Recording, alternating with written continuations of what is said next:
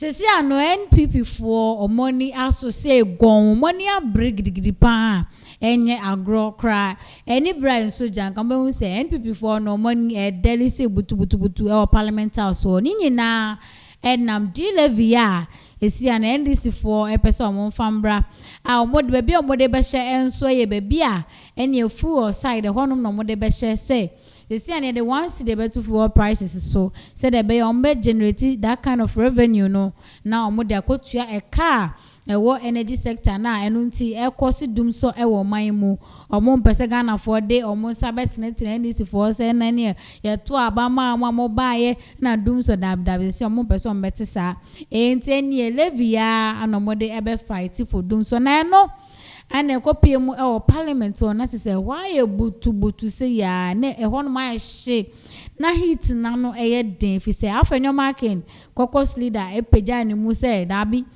ade kro no na NDC for mo pese mo mboy ana ase de mo be Levy free won ma munja ye na ene Ghana for ho nto mo ade na mo sa pese mo mfa kwati kwan pese mo mfa Levy for from bra ene wan twa mo kra na MP our your friend say Amin Adam and so etumi e man muso e kasa fa because o see me ntimi enjani na emma afenyo ma kene wono ko enkasa enti ebe ya me so ma kire ma adwen ebusia yenkotie ne sema ono so ede tuja efa e di Levy ya sesi ya na e beba ehu.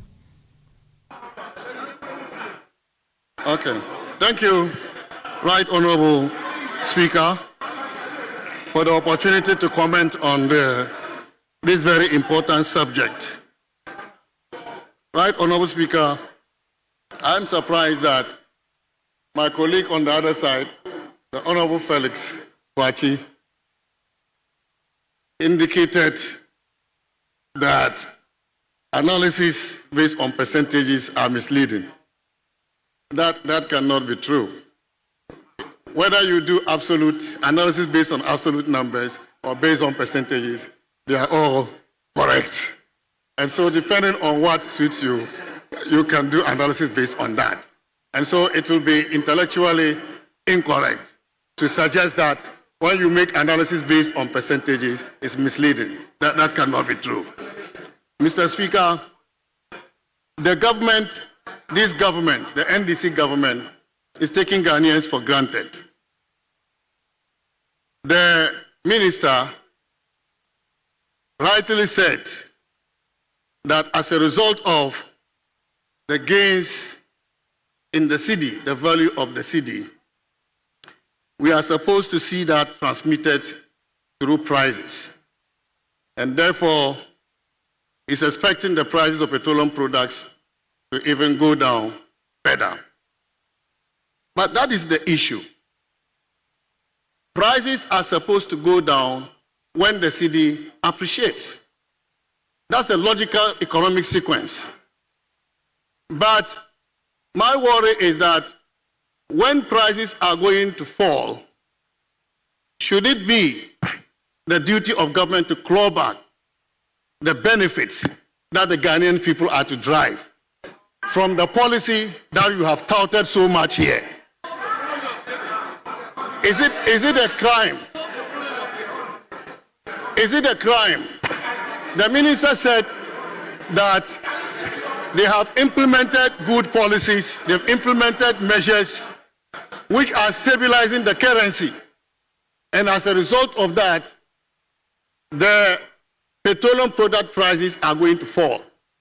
What crime has the people of Ghana committed such that when they are supposed to benefit from the appreciation in the value of the city through the prices of petroleum products, this government should claw back those benefits? What crime have they committed? And therefore, Right Honorable Speaker, it should be our responsibility for the people of Ghana to benefit from the policies that we make. We're all celebrating the appreciation in the value of the city. I celebrate it, but I'll even celebrate more if the benefits are felt through the prices of petroleum products. And why this government will claw back some of the benefits from the Ghanaian people bothers me. Mr. Speaker, That is not a responsible government, which is supposed to take back benefits the citizens of the country are to derive from its own policy. Mr. Speaker, this government, not long ago, they were here celebrating abolition of taxes. They were celebrating abolition of taxes. But I'm sorry to say that all the taxes they abolished, put together, did not bring us 5 billion Ghana cedis. Put together, did not bring us 5 billion Ghana cedis. This government is seeking to raise 5.7 billion Ghana cedis from the increase in the levies for petroleum products. Mr. Speaker, I said in this House during the debate on the budget that this government, in abolishing the taxes, was giving you something in your hand with the left hand, and they were going to take it back from your hand with their right hand. And not only take it from your hand, but take what was in your pocket in addition. And this is exactly what they are doing with the petroleum taxes that they are increasing. Mr. Speaker, we know, we've been in government before, you are in government today. We know the realities governments are faced with sometimes. Because every policy we make has trade-offs. Therefore, by stabilizing the cedi, petroleum product prices will fall. Revenue from petroleum taxes will also fall. I was expecting the minister to be candid with us. And as a result of that, the minister needed additional revenue to be able to balance the budget. Everybody will understand this. But to say that we are increasing these levies to address power sector challenges, these power sector challenges they've canvassed were equally canvassed during the presentation of the budget. The minister knew about all this and allocated 28 billion Ghana cedis for energy sector shortfall payment. He knew about that. And that's why he budgeted for the 28 billion. So if you are losing revenue from petroleum taxes because petroleum prices will go down as a result of the stabilization of the cedi, tell us. But even if you are losing revenue there, Mr. Speaker, if you are losing revenue there, the Ghana Revenue Authority exceeded its revenue target in the first quarter by 2.5 billion Ghana cedis. They are on their way. They are on their way. I've seen the data to achieving about 3 billion Ghana cedis excess for the second quarter. And that should give you the 5 billion Ghana cedis the minister is seeking to raise from petroleum taxes. And so there's no justification for the increase in the levy on petroleum prices, Mr. Speaker. I'm even worried why this is being taken under certificate of urgency. Why should we take this under certificate of urgency? What has changed? That will warrant this House to take this bill under certificate of urgency. We are rushing to impose additional taxes on the people of Ghana. Mr. Speaker, we kept the lights on in spite of the challenges they are talking about in the energy sector. We kept the lights on. And so if you cannot do it, give up. Tell the people of Ghana you cannot do it. We kept the lights on in spite of those challenges. You are talking about the debts in the energy sector. Now who caused some? Didn't you sign the take or pay contracts? And when you signed the take or pay contracts, did you incorporate the excess capacity into the tariffs? You didn't do that. Mr. Speaker, at the end of 2024, we closed the ESLA PLC. The ESLA PLC, which used to take almost half of the ESLA levies that were collected to service bonds, the ESLA bonds. We closed the program, which means that this government now has the full complement of all the levies collected. If you are collecting 6 billion Ghana cedis a year, and only 3 billion Ghana cedis was coming to you, now that you have the 6 billion Ghana cedis, is there any basis to go out and tax the Ghanaian people any further? There is no basis to do that, Mr. Speaker. And this is why I think that the minister should come again. This is exploitative. Mr. Speaker, when it comes to fuel cost, which, as I see on this report, the minister said is going to lead to increase in tariffs by over 50%. What fuel costs are we talking about? Liquid, what liquid fuel? If you take the price built up for power, the power sector, for electricity, it includes fuel.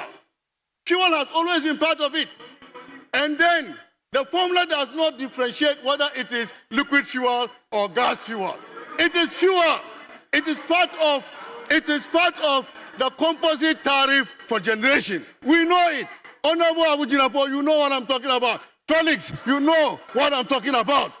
Fuel has always been part of the build-up.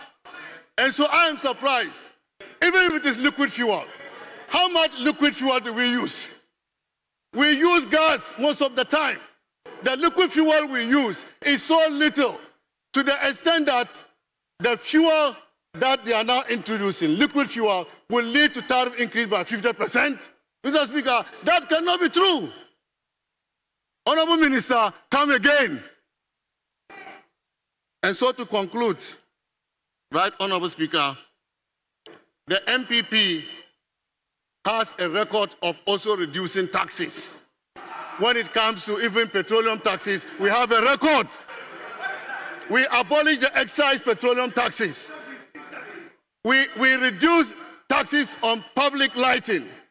We reduced taxes on the National Electricity Scheme. We reduced the special petroleum tax, which you people introduced at 18%. We reduced it to 13%.